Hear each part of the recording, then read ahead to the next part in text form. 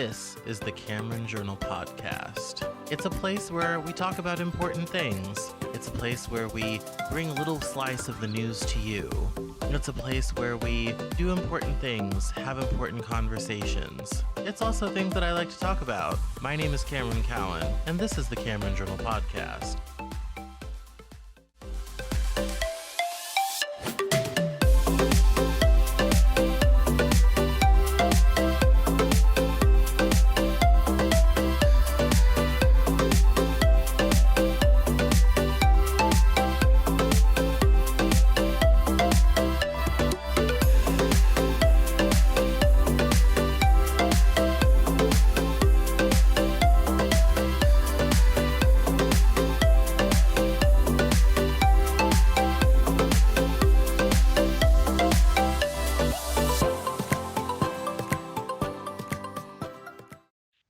Today on the Cameron Journal Podcast, we welcome Craig Ireland. He is a pastor with 20 years of experience, and we are going to talk about something we almost never talk about on this show, and that is religion. Longtime readers will know I grew up conservative evangelical, Southern Baptist in the United States, and I left all of that behind when I was 18 years old.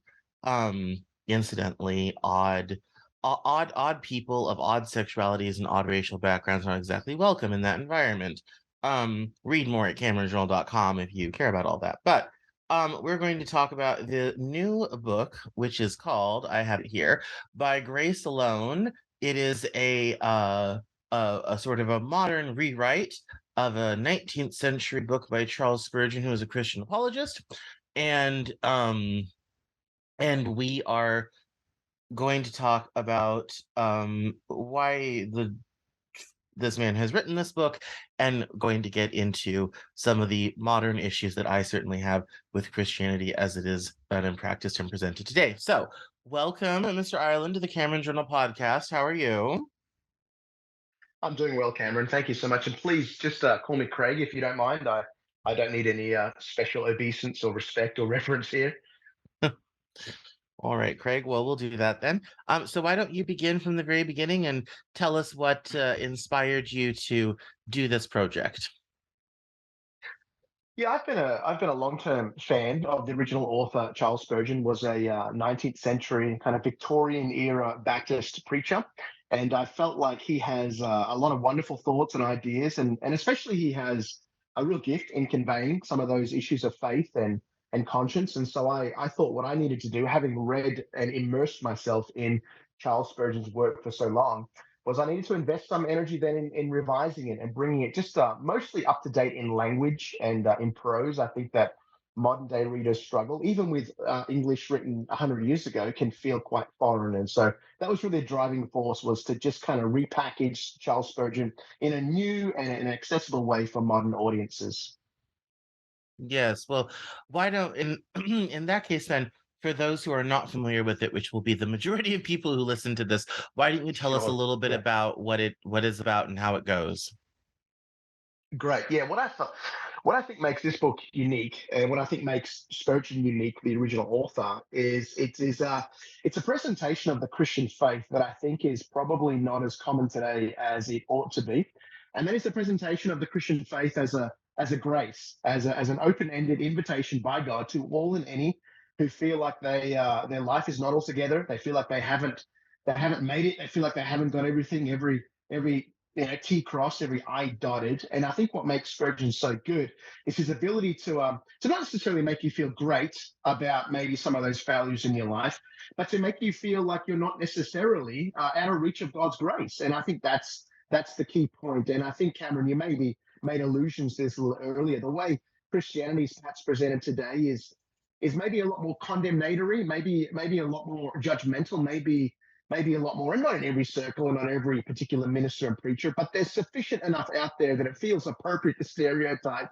that a lot of people feel like when Christianity is presented, it comes with a real sense of judgment and not a real sense of grace. And I think that's what makes this particular work so unique.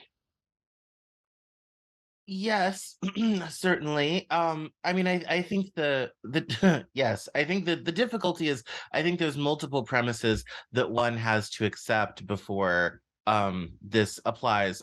One is the existence of God, which, Sure. like Yeah. angels on the head of the pin has been discussed forever and ever. Um, and two, and I think more importantly, um, that humanity needs saving by some third party outside source. Mm, mm. Um, I mean the first one is uphill to swallow all on its own, but this kind of, the basic premise of Christianity, we have sinned and fallen short of the glory of God, all this type of thing. Yeah. That's you talk about Christianity being super judgmental. I feel like it's that way because it starts from that basis, don't you think? Sure. Yeah. No, I don't disagree with you. I think that oftentimes what gets Christians in a little bit of trouble is that they take that level of judgmental assessment of the human race, which is that, if God is to be believed, and God's representation of Himself in the Word is to be accepted. Again, they're premises that we can discuss, but let's just hypothetically presume them at this point. Then the starting out point is that humans in and of themselves have found themselves in a wayward position before God, and God has intervened, as you've said, that there's this outside third party salvation that comes in. That's certainly a key component of the gospel. I have no problem conceding that. I think that's an important part of the Christian message, that there is outside help, that you may not have it all together and may not be able to do it all on your own. And maybe your friends and family and your university degree and your career are not exactly the satisfying solution you thought they would be. Well, here is God, here is His grace. This is the good news of the gospel. That's I think that's core to the Christian message. Yes, I guess I guess the other kind of aspect of that is, if that, if somebody finds themselves in a place where feeling just Mm. overwhelmed by life, like I guess I don't necessarily I don't necessarily see why or how a message of faith would sort of be applicable in that moment. What do you think is compelling about that for people? Because it's clearly compelling. There's a billion Christians, so clearly Sure. there's Yeah. something there. And then, I mean, then if you look at every other faith, there's a billion Christians, there's a billion Muslims. Clearly, Yeah. Yeah. religion has something going on. It has mass Yeah. appeal. In the case of Christianity, why do you think that that message of faith is compelling to people? Yeah, that's a good question, Cameron. I think the age-old philosopher, what's the adage, is that humans are incurably religious, right? Like it doesn't matter whether there's a systematized, organized, and institutionalized faith. Even you can imagine the more primitive people groups in jungles somewhere in Africa or the Amazon. They're going to find a way to express something of a superstition, something of a reaching out beyond themselves to that which is transcendental, that which has appeal, that feels like it's maybe guardianship, or maybe there's superstitions around demons and idols, all kinds of. We don't need to get into that anthropology of that, but I think you're exactly right. I think close to 2 billion, at least if you include Catholics and every sub-Christian sect like Mormons and Jehovah's Witnesses, claim to at least follow Jesus, or at least adhere to His lordship. And then I think you said right about a billion Muslims. I think faith is the overwhelming majority of human position. And I would say, as a believer myself, it's quite natural for me to suggest that the reason that is the case is because we are incurably religious, and that speaks to a dimension of our personhood that cannot and will never be satisfied in anything this world has to offer. And so I think that we can see that expressed in a myriad of ways. That's not an apologetic to defend the fact that God does exist. It's simply at a human level. There's a reaching out. There's something that gropes from inside of us to outside of us, seeking to find that which is divine, that which is, as I said, transcendental. Or yes, I agree. People, are definitely, that's compelling for a lot of people. Um,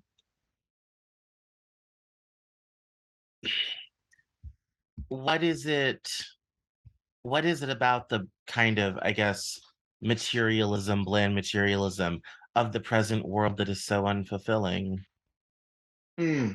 It's a good question. I think first and foremost, maybe the right approach for me is to try not to speak on behalf of the religious world, right? We're talking two-thirds of the majority of humanity. For me personally, though, I think I probably can speak from a personal point of view, I find materialism unsatisfying because materialism is in and of itself internally incoherent and inconsistent. I find that materialism is premised upon a philosophical truism, that is, that materialism itself has to be defended by a philosophical statement. I remember some years ago, I was lecturing in a university in Indonesia, of all places, the majority Muslim nation of the world, I think the largest number of Muslims. And I happened to come across in this particular lecture, there was an atheist in the room, which is a bit of a rarity. So I was quite pleased to see that. And he stood up, and he wasn't the backward kind. He was quite forward, and maybe even aggressive would be the right adjective. And he yelled at me. He said, "I believe what I can see. That's the start and the end of my faith exploration." He said, "Seeing is believing." And so, Cameron, I thought to myself, how do I approach this? I want to meet this young man with a level of maybe not aggression, but a level of resoluteness and conviction. I don't want him to feel like I'm backward or I'm shy or I'm in any way, like trying to get out of the question. But at the same time, I didn't want to just use him as an object lesson. And so I walked over to the whiteboard and I wrote on the whiteboard, seeing equals believing. Very, very simple equation, right? We can all see it. Seeing equals believing. And I said to him, "Hey, is this what you're saying?" And he said, "Yes." And I asked him 3 or 4 times, "Are you saying to me that seeing is believing?" "Yes." And then he started to get a little bit impatient with me. I guess I just kept pressing the question until finally I walked over the blackboard with the same marker in my hand and I wrote, "So you believe equals seeing equals believing." In other words, this is a philosophical statement that seeing is believing. You have to believe that seeing is believing. So you haven't circumnavigated philosophy by materialism. You haven't even circumnavigated the God question. You've made a statement about transcendental value of the universe and reality as it exists, a philosophical statement, but you've tried to reduce it to materialism. And in doing that, you've found yourself in a place of internal incoherence. And so I'm not saying that young man then confessed Jesus and bowed or became a Muslim or a man of faith, but I think what was important that day, and maybe for others that are wrestling with the tension between atheism and theism, at least bare theism, is this idea that everything is predicated on a philosophical point of view. And some philosophical point of views are internally coherent and consistent, and some are not. And for me personally, Cameron, I just believe that the triune God of Scripture, as you said, you grew up Southern Baptist, so that language has some purchase from yourself. I believe that's the most consistent worldview. And when I go to the Scriptures, I find a God who represents Himself fairly and faithfully. Yes. One of the things that I imagine you struggle with less so in Australia, although we struggle with it a great deal in this country, is how wedded religion and politics have become. Mm, You may have mm. noticed. um, Yeah, yeah.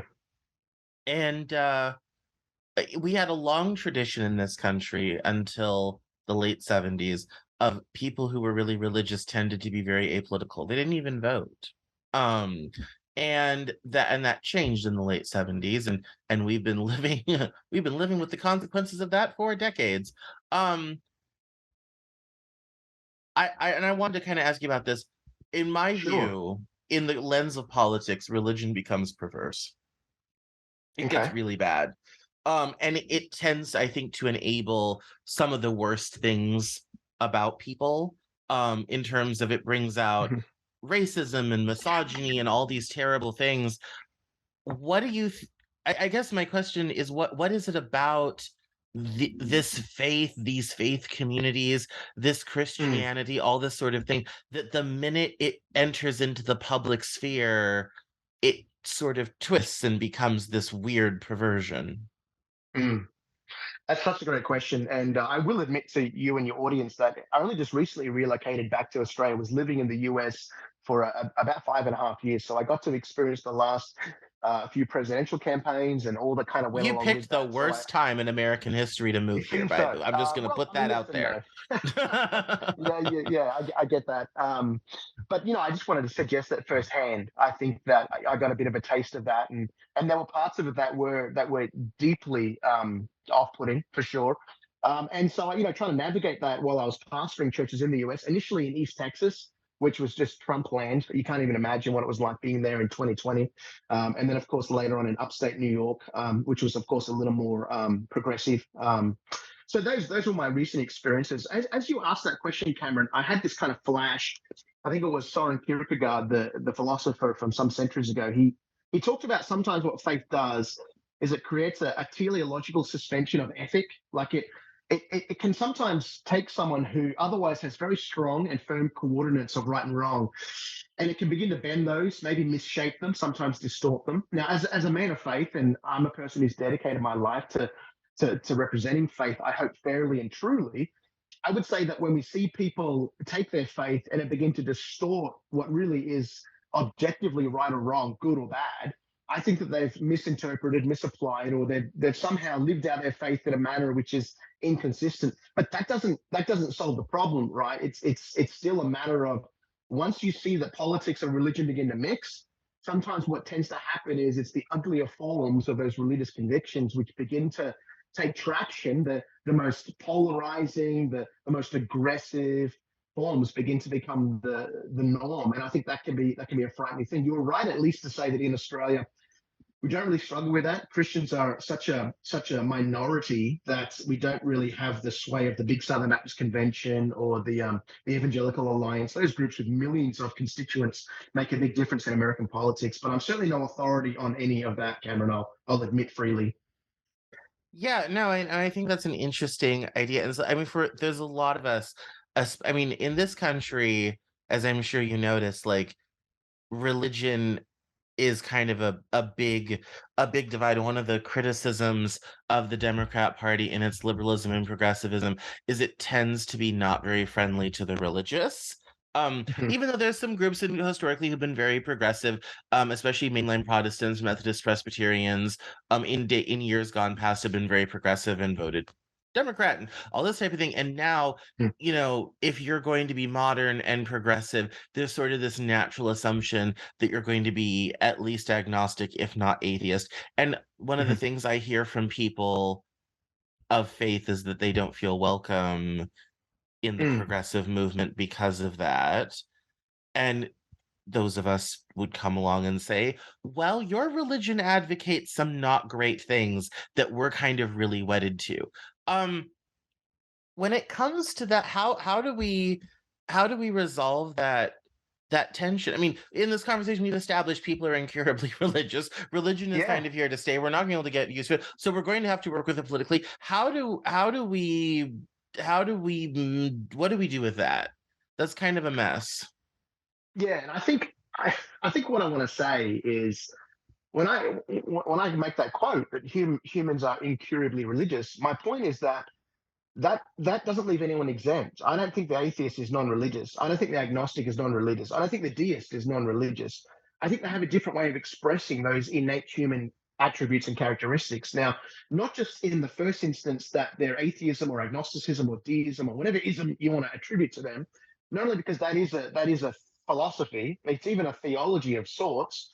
But also, what tends to happen is, at least I would say, and I don't want to look like I'm trying to sympathize or defend with either point of view, right? Republican, Democrat, liberal, conservative, whatever the spectrum is.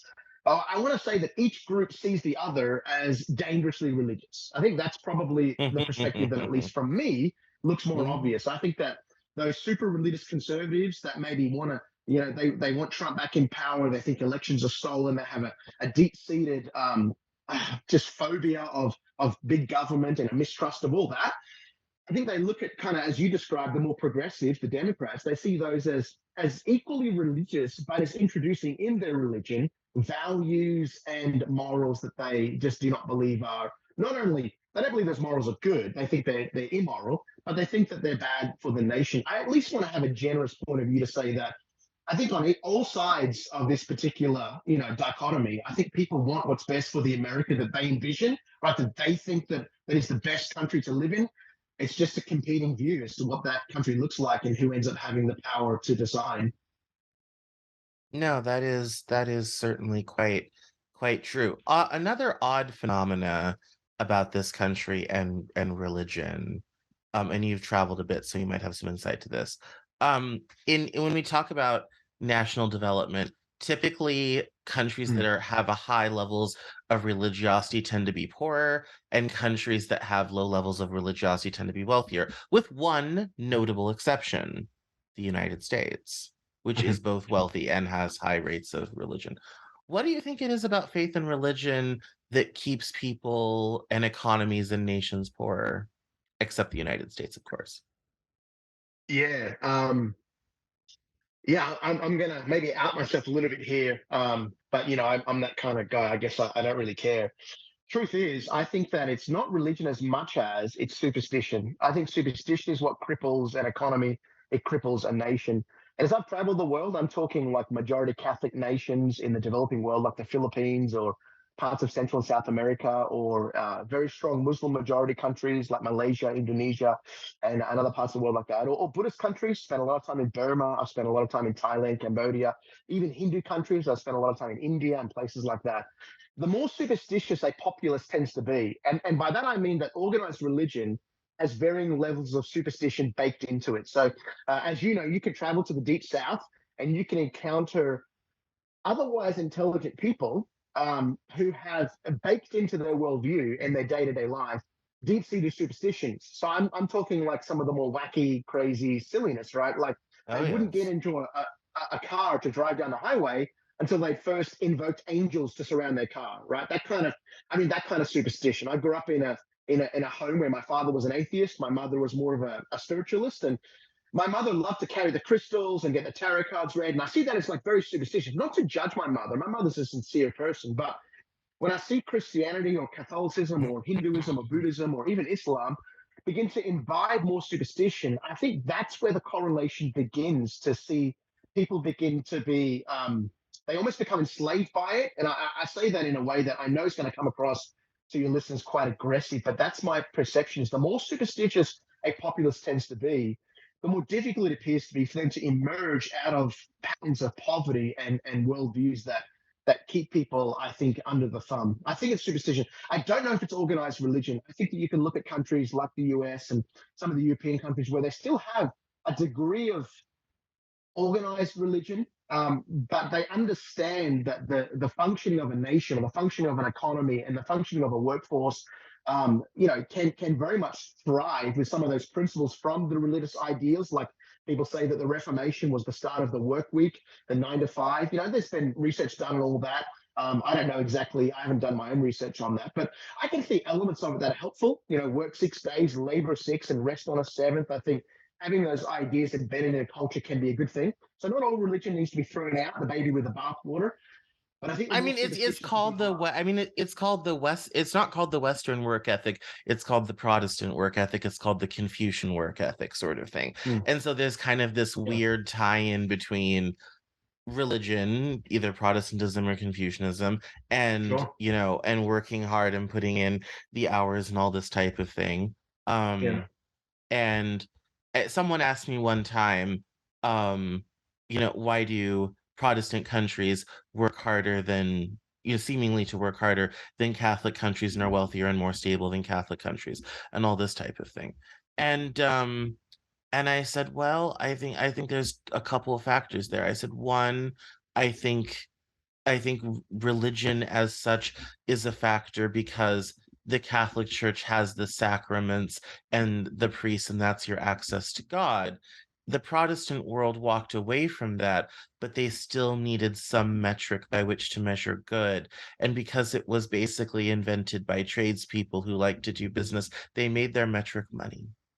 So to some greater or lesser degree, money became a part of their god, not their only god, but part of their god.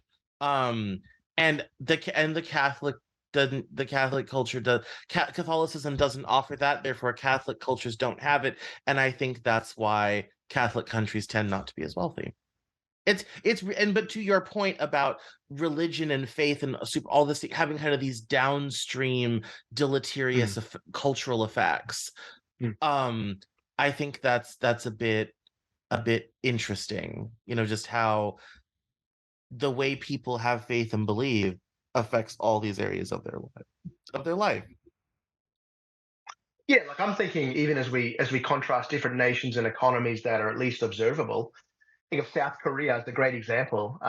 As a deeply religious, very Protestant country, high percentages of Presbyterians and those forms of more rigid, logical type Protestantism, and lower forms of Catholicism. Now, I would have pushed back, Cameron, just to your comment earlier, and I may have said that I believe Catholicism naturally leads people to a high level of superstition. I think the belief in transubstantiation, I think the belief in relics and prayers to saints and Mary, invocations of that nature are more superstitious in nature than maybe the more, at least typical Protestant logicians, which had more of that idea of saying, well, we want to keep things scientific, we want to keep things consistent, we want to understand these things philosophically and with coherence. I would say that when you go to those majority Catholic nations, and again, not all of them, Spain, France are notable exceptions, but then someone could push back and argue that they have high doses of humanism, right, and those sorts of things as well. So it's hard to simplify, right? Because someone's going to be listening to Yeah, them I saying, mean, "Well, you didn't," Western Europe is so hard because it's like, yeah, you have a France, but they kind of, they left religion a little while ago, so the Catholic foundation is there, but how many people have yeah, really gone to a church recently? And then you look at places like Italy where rates of church attendance are a bit higher, and one sure, could yeah, say, well, it is no wonder the Italians are having financial problems, sort of thing. So like, but then you do have a yeah, Spain that has done very well and managed that very terrible well, yeah, transition from Franco to democracy and mm, opened their economy, and they're very progressive. They have worker owned companies, they have cooperative corporations in Spain. I mean, all these sorts of mm, big leftist things we would love to see in this country. But and you're in a country where where Catholicism has, ruled the day for 2,000 years, dominated, sort of. yeah, Yeah. And so yeah, I mean, it's hard to kind of narrow down. But I mean, you look at like from in the and that's what makes it Western Europe hard. When you look at the global South and you think of like South America, all this type of thing, to mm, some degree, it's kind of like there's really no reason for South America to be poor at this point. Like, it's not like they're not lacking resources and sure, yeah, good sure, governance and all this type of thing. So I think, sometimes then you have to think about, well, what is it about the religion and the culture that has left them lacking whatever that special sauce is? mm, What is it the Germans have that the mm, Italians don't? mm, And by extension, what works in Spain that didn't make it to Argentina? mhm, mhm. You know. Yeah, they're good questions. I think provocative questions, especially when you think about natural resources. You think about some of those parts of Central and South America or South Asia. Burma's got a wonderful amount of resources, but they don't have any freedom and capitalism doesn't reign there. But then you think about the theocratic nations in the Arab Emirates and how wealthy they are because they've got that stockpile of oil. I don't know if there's one size fits all. I think that each particular economy, each particular demographic has a way of kind of negotiating the way that looks, the way religion functions in those societies, and how much of a sway it holds. I would say again that I think Protestantism by nature has a slightly stronger rationalistic approach than maybe the more superstition that I see personally embedded in Catholicism, which didn't cross over into the. Talking about the founders of Protestantism, Luther and Calvin were both trained lawyers, and so some of that, that innate logician approach to their faith was always going to be embedded in the way they codified their understanding and beliefs. Yeah, that's that. Yeah, it's a very difficult thing. So, we're coming up to the end here, but we'll Right. when it comes to sort of, I guess, the place of religion in modern life, which was kind of the reason you wrote this book. I Mm, guess what is your sales pitch to the modern urban person who, especially in this country, might have never grown up religious at this point, mm. sort of thing. Or to them who, might be listening to this and kind of like, oh well, I think Cameron's finally gone off the deep end. So that what's the sales pitch for the Christian faith to those people? Yeah, and I think that I'm one of those. I didn't grow up in a Christian home, as I shared earlier. My parents' understanding of faith, and I don't have any recollection of being in church my entire upbringing. But I think, like myself and like us all, there's going to come a moment in our life where we feel like the resources, the world around us, the friendships and connections that we've made, the career choices we've made, the progress that we've experienced are not enough to satisfy the deepest yearning of the human heart. Now, I know some might laugh at that and mock that. And I understand, but I think all of us are going to have that moment or even a succession of moments or periods where we think to ourselves, we have an inner drive to reach for more. And I think for me personally, that more is the expression of God's love in the person of Jesus Christ. And I'm not an apologist by nature. I'm a pastor. I interact with people day to day, people in the trenches, blue collar people. And I think what I hear constantly reiterated by people is when they're not around their friends or they're not boasting their education or their wealth or their toys, they're experiencing those moments where they feel a need for transcendence. And God has answered that in Jesus. So I think that to me is the main sales pitch, to say that God has spoken, his final word is Jesus, and Jesus welcomes and opens his arms to all. Fascinating. Well, that is a certainly, I think, a more nice open idea than I hear out of a lot of, prominent people in this country. Especially you get into the mega church pastors and all that Mm. sort of thing, and it's kind of like, you're supposed to be helping the poor and doing all these good works. You afforded a private jet, how again? Like, sort of thing. You have how many houses? Yeah. Your mansion has how many bedrooms? We have a home. There's no shortage of social problems in this country. Lord knows our government isn't doing anything. That's where you come in, sort of thing. Mm. I think a lot of people get caught up in the hypocrisy. I mean, your message is very simple and lovely, but I think people do get caught up in sort of the materialist hypocrisy of, yeah, you're preaching the good word of God, but you also got your followers to buy you $100 million jet. That Yeah. leaves some of us a bit suspicious. So, Mm. Mm. it's that's I think That's it's a good point. a bit Yeah. difficult. Yeah. I think there's a disconnect, right? Like the Well, you're a wandering pastor. rabbi How who many had jets leave. do you own? Yeah, I have zero. If someone gave me one gratuitously, I wouldn't say no. But I don't know how I'd fuel it or staff it. To be honest with you, it's a skyrocketing amount of money needed. But the wandering rabbi who had nowhere to lay his head, now his most prominent followers are boasting mansions and jets, as you say.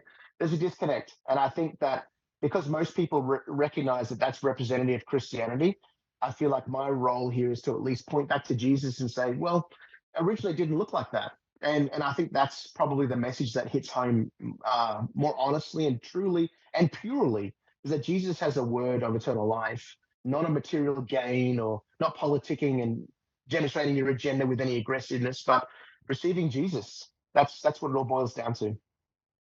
Yeah. Well, excellent. Well, thank you for coming on the Cameron Journal podcast. Why don't you tell us where we can find you, follow you online, and find the book?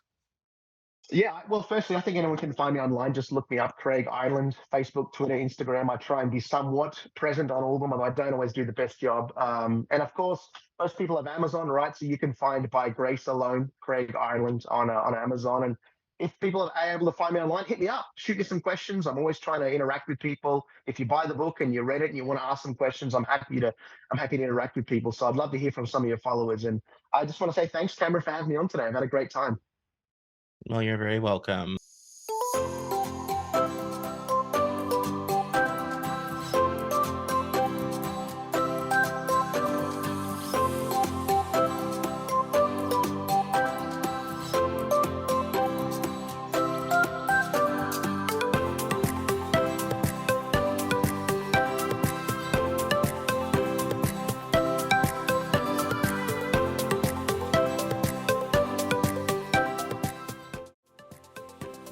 That's all for this episode of the Cameron Journal podcast.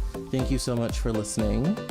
Visit us online at CameronJournal.com. We're on Facebook, Twitter, and Instagram, and I love to talk to my followers and listeners, so please feel free to get us on social media at Cameron Cowan on Twitter, and we'll see you next time on the Cameron Journal podcast.